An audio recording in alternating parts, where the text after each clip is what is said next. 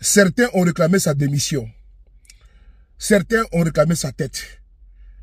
Mais, toujours droit dans ses bottes, le Premier ministre Choguel Maïga a décidé de rencontrer la classe politique. Dans l'AES, l'actualité politique est dynamique et il y a toujours de quoi à vous servir. On écoute ici le Premier ministre Choguel Kokala Maïga. C'est parti, partagez la vidéo massivement et mettez le cœur et les j'aime. Merci.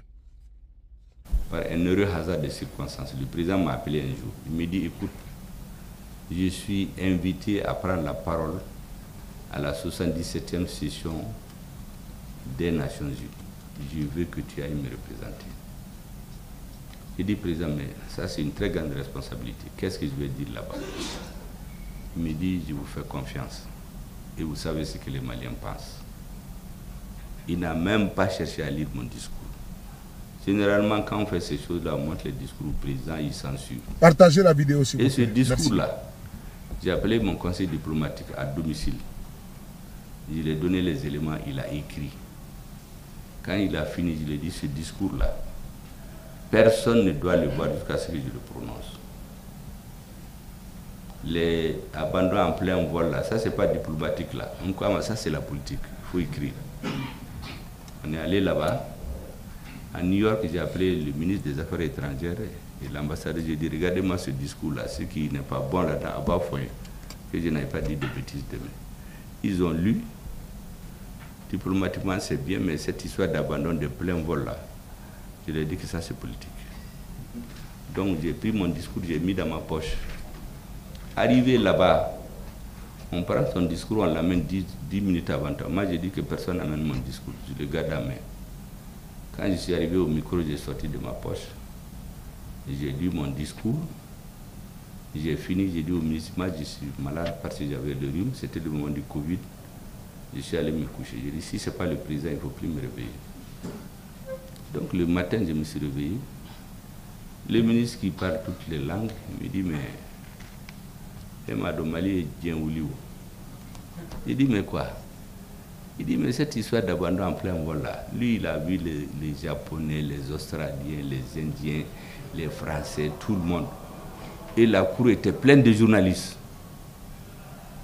Il a dit, faites rentrer les Français d'abord. On les a passés à la queue leu. Le soir, j'ai pris mon avion, je suis parti à Paris. Parce que je devais rencontrer les Maliens de France.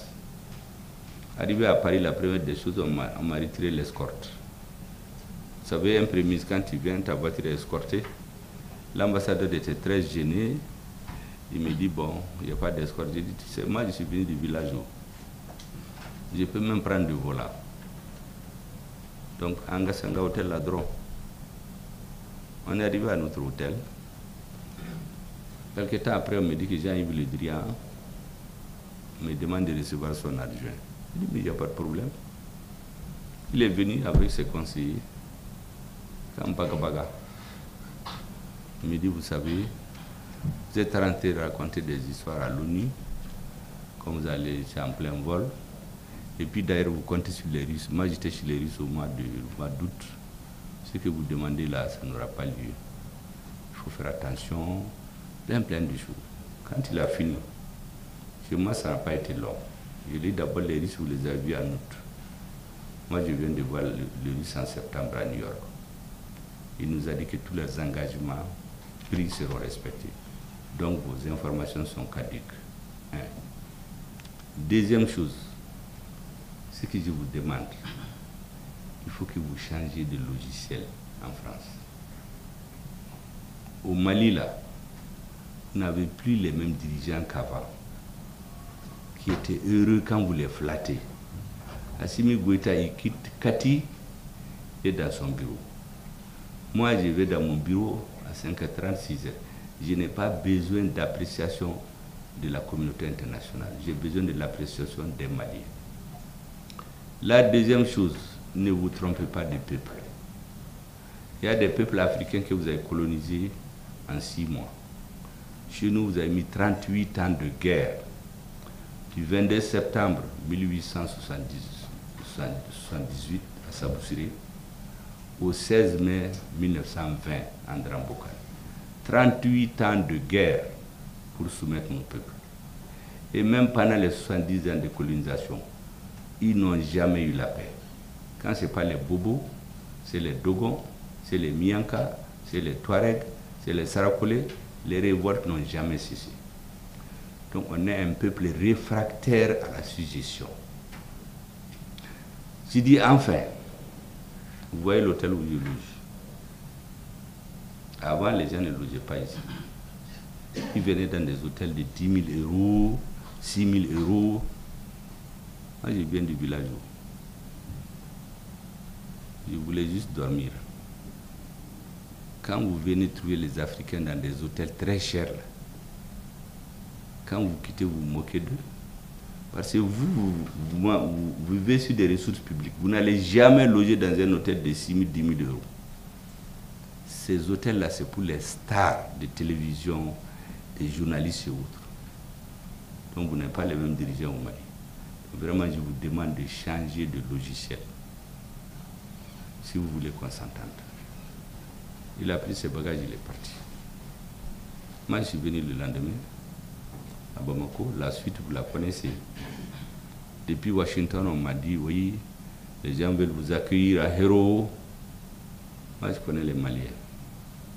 Ibo Kedron, Nafiki Dobeouli. Va dire au président, hey, ce politicien-là, ça lui est monté à la tête. Hein. Depuis qu'il est venu de New York, maintenant, là, il croit qu'il est président. Nakamogo Tarakaso. Moi, j'ai dit aux gens, d'abord, que mon cabinet ne s'implique pas dans cette affaire-là. Ceux qui vont venir vous demander des moyens de mobiliser les gens, la deuxième chose, de l'aéroport, là, je vais à Koulouba. Celui qui m'a commissionné là, c'est à lui que je vais rendre compte. Je ne vais pas aller à la maison de Baradi Nafikouma. Kata Mounoumounou Kafoye, Imaye, c'est des faux types. Maintenant, il a commencé qu'il est populaire. On est à raconter du cahier. Parce que si jamais il ne m'avait pas donné la confiance d'aller, je n'allais ne compter que mon bonheur là, Kabo Malien là. Ntarafoye. Madame n'est là. Tout le reste que vous voyez là, Bassoro Bala, premier Simani, président imperturbable, et premier ministre ATC, à Dessera, comment tu as m'en faut. Nous, on continue à travailler seulement. Donc, les assises, le triumvirat là s'est mis à préparer les assises, carburées. J'avais même dit au président qu'on va les tenir en août, mais on n'a pas pu. Et le 25 septembre, au moment où la communauté malienne en majorité décidé ici qu'ils vont tenir les assises, c'est le même jour que j'ai lancé la bombe à fragmentation là-bas, Balabadala, qui nous a laissé en plein vol. Laisser en plein vol, c'est un euphémisme. Quand vous êtes dans un avion, quelqu'un vient ouvrir la fenêtre, il vous jette dehors, il vous a trahi. C'est comme des soldats qui vont au front, un vient par derrière tirer dans le dos de l'autre. Mais il y a une trahison, c'est un peu dur. Mais les gens ont compris. Voilà les choses. Pendant ce moment, le président, le ministre de la Défense, les chefs militaires étaient en train de préparer ce que nous avons appelé la grande offensive militaire, qui est déclenchée à la mi-décembre, juste quelques jours avant l'ouverture des assises. Et on a porté l'estocade dans les sanctuaires des terroristes. Partout ils ont leur base, on est allé là-bas. Parce qu'avant, ils venaient tuer les gens, on est parti brûler les carburants, brûler leurs animaux. Ça, c'est le rôle de l'armée. Les assises finissent le 31. Le même jour, le président nous réunit à Koulouba. Le même jour, il fait une délégation pour aller voir les gens de la CEDEAO. Le peuple demande 5 à 10 ans. Nous, on dit on donne 5 ans à négocier. On va là-bas, ils nous jettent. Vous êtes des enfants. C'est-à-dire, ils font comme si ce n'est pas des États. C'est comme des petits qui sont venus demander leur prix de condiment. Il faut un sommet. Ils nous sanctionnent. Et une partie du M5 qui qui savait qui pensait qu'on allait chuter, fait une longue tribune le vendredi 7 janvier pour dire que rien ne va au M5, rien ne va au Mali, rien ne va dans le gouvernement. Ils ne se sont pas battus pour ça. Quand le courrier est venu, j'ai dit au vice-président, il faut le garder. Le dimanche, l'embargo survient. Vous avez écouté notre communiqué et on a décidé de faire la politique en ce moment. On a convoqué un conseil extraordinaire, le président l'a convoqué. Ce conseil a décidé de deux choses. Appeler les Maliens à sortir le 14 janvier, vendredi, et élaborer un plan de riposte pour tenir 1 an et plus. De là-bas, on est descendu au conseil des ministres. On n'a pas travaillé. On a élaboré le plan là, on l'a remis au président le mercredi. Le président a convoqué un conseil national de défense avec tous les officiers supérieurs qui ont analysé, examiné. On a adopté la version finale et j'ai retiré toutes les copies et je les ai remis au président, qui était seul détenteur des cartes à sortir au fur et à mesure. Et c'est de là-bas que je suis venu au meeting que vous connaissez. Ce jour-là, en réalité, beaucoup ne croyaient pas. Même dans le M5, le M5 a refusé. Il y a des gens du M5 qui découlent le état là, qui n'est pas organisé. Donc les gens se sont dispersés. Certains ont été, d'autres n'ont pas été. Mais c'est le peuple malien qui s'est organisé.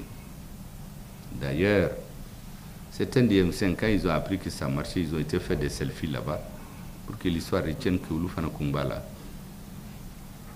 Et c'est le peuple qui a organisé. Ils ont trouvé un coordinateur qui s'appelle Alaï Bokoum, qui était dans un mouvement qui s'appelle MDP, qui ont quitté les M5 eux aussi.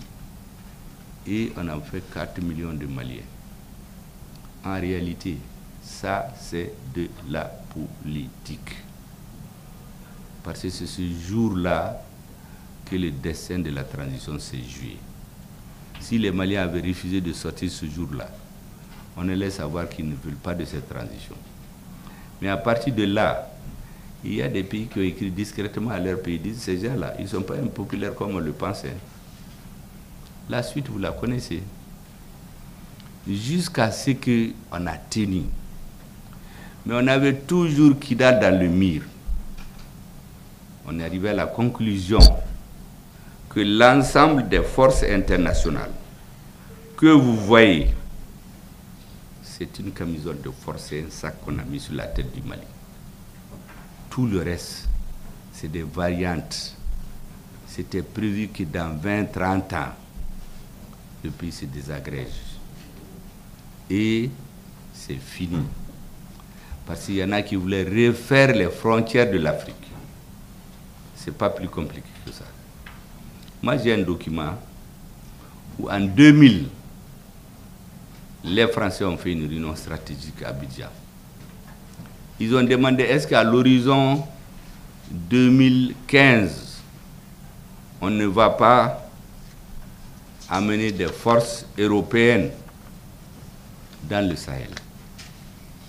Est-ce que vous savez que ce jour-là, c'est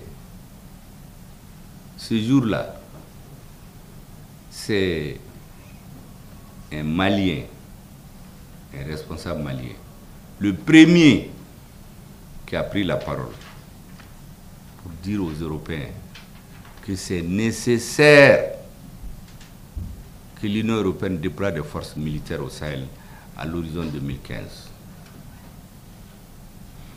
Pour vous dire qu'on avait une élite qui était convaincue que pour réussir, il faut être en accord avec les Européens. Toutes les cartes blanches ont été données. Donc les Européens ont multiplié les missions pour nous embrouiller. Barkhane, disons, MINUSMA, Barkhane, G5 Sahel, Takuba, EITM, ECAP, que sais-je encore. Première chose, EITM et ECAP, là, on leur a dit de prendre leur bagage et quitter chez nous. On a récupéré notre base militaire de notre école de Koulikoro. La deuxième chose, on a dit, Takuba, là, qui vous a dit de venir? Il dit que c'est l'ancien président. On a dit, mais lui n'est plus là. Et d'ailleurs, le document que l'ancien président leur a donné, il y a un paragraphe qui dit là-dedans que même quand vous venez, vos opérations militaires doivent être convenues avec l'armée malienne. Vous êtes venu, vous n'avez convenu avec personne. Donc, il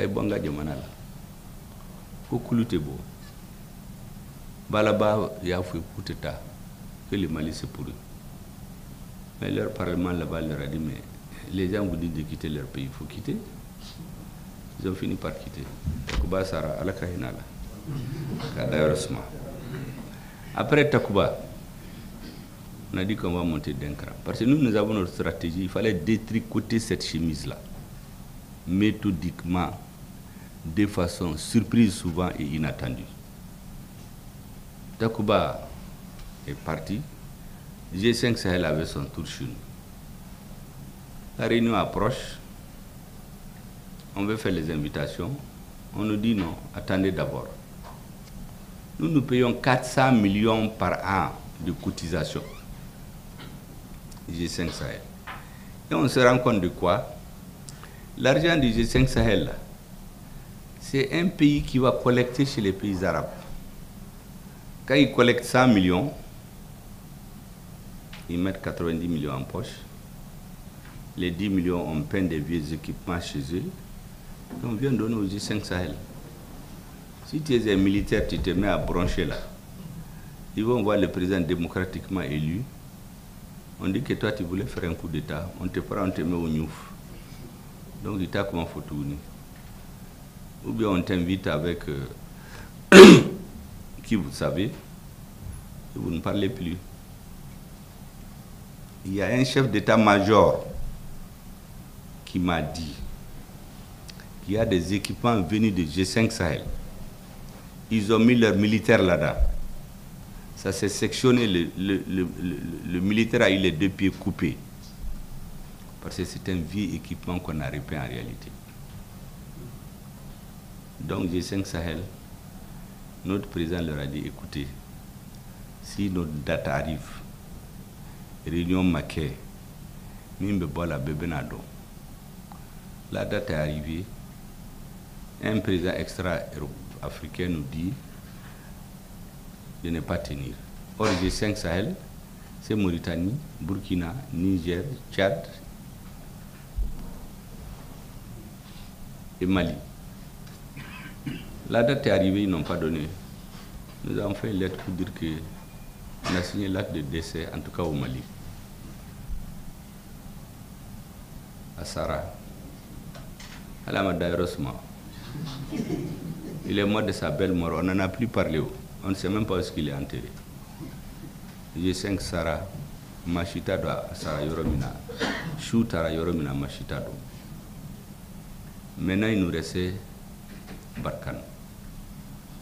Ils ont préparé en profondeur faire un affrontement avec nos militaires, profiter pour détruire notre flotte aérienne.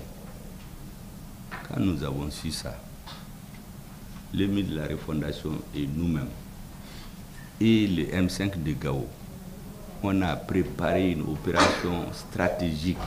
On a envahi leur base la nuit, ils ont fui. Finalement, c'est à la frontière du Niger qui nous ont dit qu'ils ont quitté. Ils n'ont même pas eu le temps de calibrer leurs armes. Ils ont même oublié certains. C'est comme ça qu'on a chassé Barkhane. Il n'y a pas eu de bagarre avec nos militaires parce qu'il n'y a plus de quoi faire la bagarre. Donc le peuple malien les a chassés proprement. Il restait maintenant la MINUSMA. MINUSMA, les diplomates défilent dans mon bureau. Est-ce que la MINUSMA là, qu'est-ce que vous allez faire? Moi je lui ai dit qu'on ne sait pas, on attend que le ministre des Affaires étrangères nous dise ce qu'il faut faire.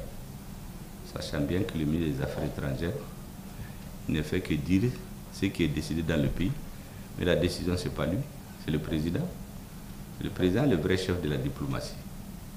Et donc un jour, le président nous réunit tous ses collaborateurs immédiats. Il dit, qu'est-ce qu'on fait?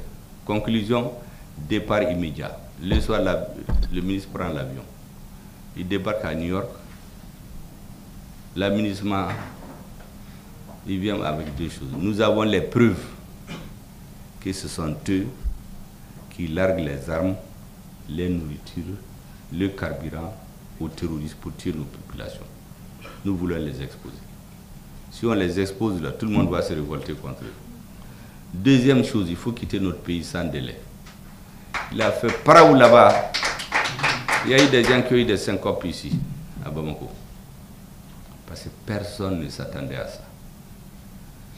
Et certains ont dit, hey, les Maliens là, vous savez, ils aiment beaucoup faire le fanfaron. Il y a des pays, depuis 2018, ils ont dit aux forces internationales de partir, les Maliens ne pourront rien faire. Nous, on est rentrés.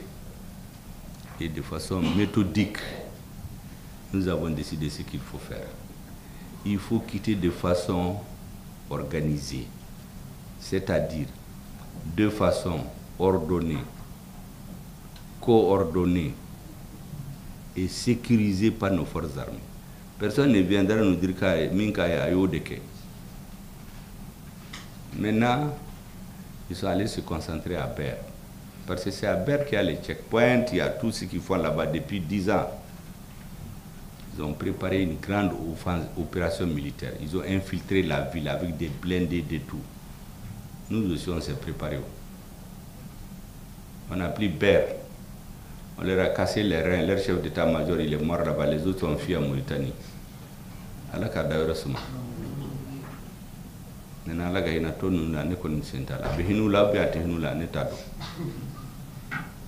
donc c'est comme ça qu'on a pris Ber.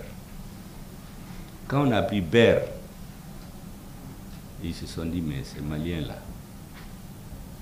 ils font tout ce qu'on n'attend pas. Maintenant, on a mis le cap sur le nord. Qu'est-ce qu'ils ont décidé? Vous savez que dans la population, c'est ça que je veux que vous compreniez.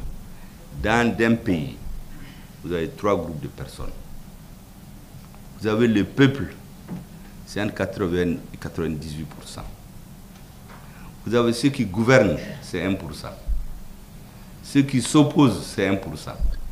Les deux groupes-là se battent chacun pour avoir l'assentiment des 98% là. Si vous les avez, vous faites votre coup d'État, vous faites vos élections, vous faites votre révolution, en tout cas c'est le peuple. Nous, on s'est dit dès le départ que nous, on fait de la politique. Hein. Ceux qui sont venus faire de la politique parce qu'ils n'ont rien à faire, ce n'est pas la même chose qu'ici. Hein. Assimi a fait toute sa vie au nord. Moi, ça me fait 40 ans d'activité politique. Donc, on a dit, les centres de gravité du pouvoir de la transition, c'est les 98% là. Et le président nous le rappelle régulièrement. Faites tout pour avoir les 98% là avec nous. Donc les autres, qu'est-ce qu'ils ont décidé? Les services secrets de 2 pays étrangers ont décidé de nous couper de 98%. Ils ont mis Tombouctou sous embargo, ils ont attaqué les bateaux Tombouctou, ils ont fait une révolte dans le camp de Gao à la même période. Et il y a des journalistes ici, des hommes politiques. Ah oui, il nous faut la paix. Ces dirigeants-là sont trop belliqueux. Alors que les mêmes savent qu'on a fait tout le temps à chercher la paix. Dieu merci, la population n'a pas cédé. Les gens de Tombouctou sont restés stoïques. Jusqu'à aujourd'hui, ils vivent l'embargo.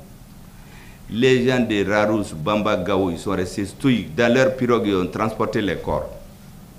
À Gao, pendant qu'il y avait les explosions dans le camp, l'imam Oumar Al-Mahdi, il haranguait les foules.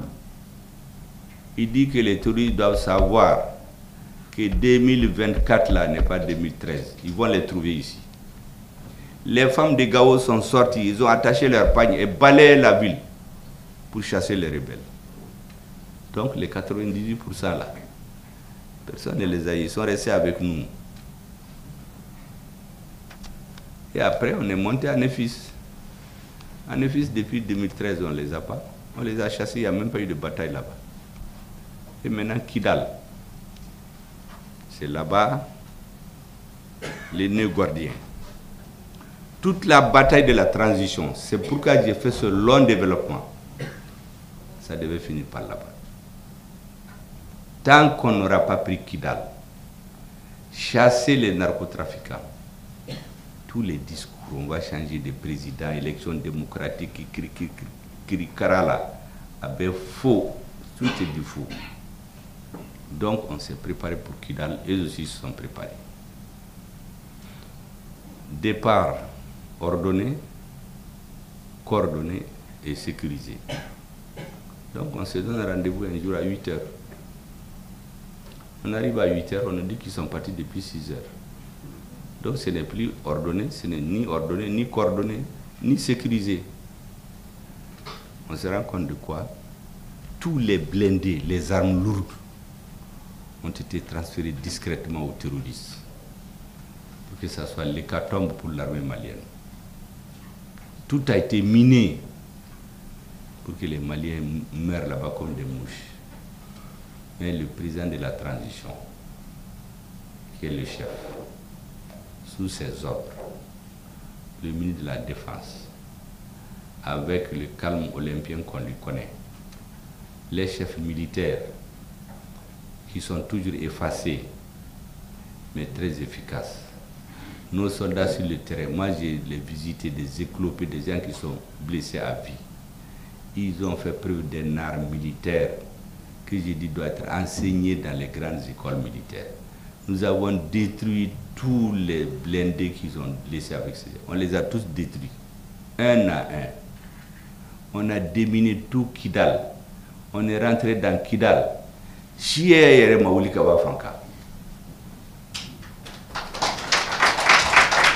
Le 14 novembre 2024. Et c'est ce jour en réalité que le Mali a recouvré son intégrité territoriale, sa souveraineté sur l'ensemble de son territoire.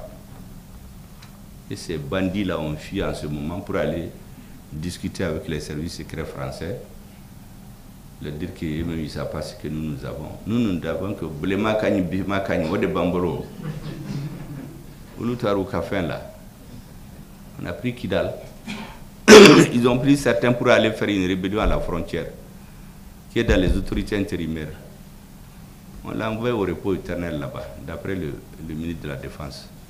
Allez, Reko, Agnana Borantado, on a reposé ou bien comment? En tout cas, c'est éternel. Donc, voici la citation. C'est important que vous le sachiez. Quand on est dans ça, ou celui qui vous dit d'aller aux élections, vous ne parlez pas le même langage. Donc beaucoup de partis ont eu l'impression qu'on les négligeait, qu'on ne leur parlait pas. On ne peut pas venir tout dire. Et d'ailleurs, les gens ne comprenaient pas. Les gens étaient convaincus qu'on ne peut pas aller sans la France. Même les militaires, les civils, on a formaté les cerveaux, ni francité entre ces fouilles-là.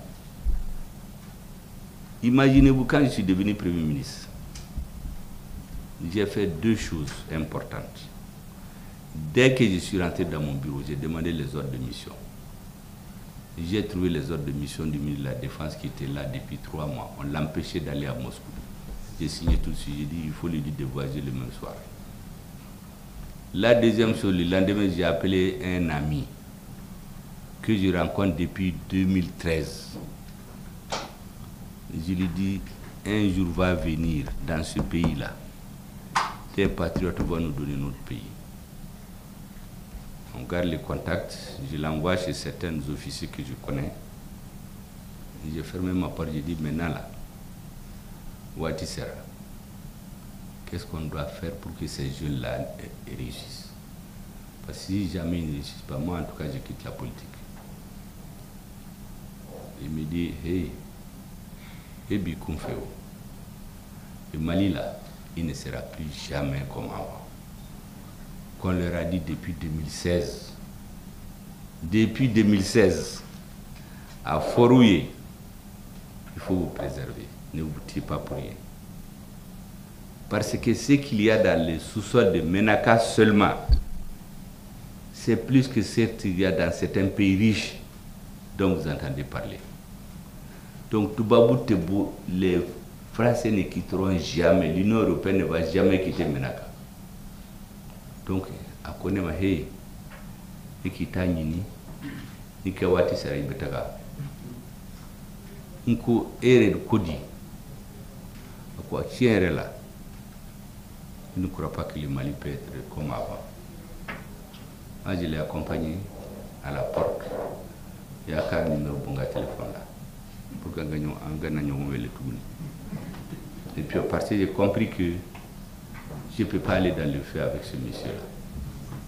Mais je vous dis, beaucoup ne savent pas. Moi, je connais ma conviction. J'ai quitté le gouvernement en 2016. Les ministres peuvent témoigner, le DG de la SE peut témoigner, parce qu'on a vendu notre pays. 3 personnes ont été aux Nations Unies avec des documents dont la finalité c'est la vente du Mali. C'est que les rebelles n'ont pas eu par les armes, ils n'ont pas eu par des négociations, ils sont allés leur donner ça sous la table pour préserver leur régime. J'ai dit au premier séjour-là, je quitte le gouvernement, je ne ferai plus le porte-parole. Et donc, cette fois-ci, j'ai eu la conviction, la certitude que le président de la transition, le ministre de la Défense, qui ne parle pas, le président du Conseil national de transition, malgré tout ce que les gens disent, le directeur des services de sécurité, malgré tout ce que les gens disent, tous leurs défauts, ça c'est autre chose. Vous savez, chaque homme a des défauts. Mais vous regardez l'essentiel. Tout ce qu'on a convenu à Kati au lendemain du 24 août, ils n'ont pas changé d'un iota là-dessus. Quand j'ai été présenté le programme d'action gouvernementale au CNT, il y en a qui m'ont vilipendé là-bas. Ils ont même me demandé si je vais démissionner pour m'énerver. Moi, je leur ai dit que je n'ai pas besoin de démissionner. J'ai remplacé quelqu'un. Un jour viendra, quelqu'un d'autre va me remplacer. Moi, je ne vais pas venir dire tu démissionnes. 3 jours après, tu démissionnes. On a vu les premiers qui ont fait ça ici. Après, ils ont démissionné. On connaît tout faute. Ninga wati se rampetaga. Il est de remplacer, de venir remplacer. Et c'est la volonté de Dieu, ou de fouiller. Ils ont tout fait pour m'énerver. Mais ce jour-là, le président de du Conseil national de transition, beaucoup n'ont pas remarqué, mais moi je remarque, il a pesé de tout son poids pour faire passer le programme d'action gouvernementale. Ça veut dire qu'il est resté chevillé aux engagements qui ont été pris. Maintenant, ce que les gens disent, ça c'est autre chose. Moi, je ne regarde pas ça. Le président, si je ne suis pas d'accord avec lui, moi je lui dis. Ce n'est pas les prémices qui viennent vivre, même si vous êtes d'accord, tout est d'accord. Moi, je ne suis pas comme ça. Hein. Si je ne suis pas d'accord, je vous dis. Mais c'est lui le chef. C'est lui qui a été investi par la Cour suprême. Moi, j'ai été nommé par décret. Donc, Nasera Yorodola, il va te aller là. Nama kotonyo wantala de Djamanajo. Mais, dans les 99%, quand on discute des questions, ce qu'il me dit, je l'analyse. Je me rends compte qu'il a un bon sens paysan. Il a raison. Le ministre de la Défense, lui, il ne parle pas beaucoup. Mais tout le monde voit que les drones qu'on aligne à l'aéroport,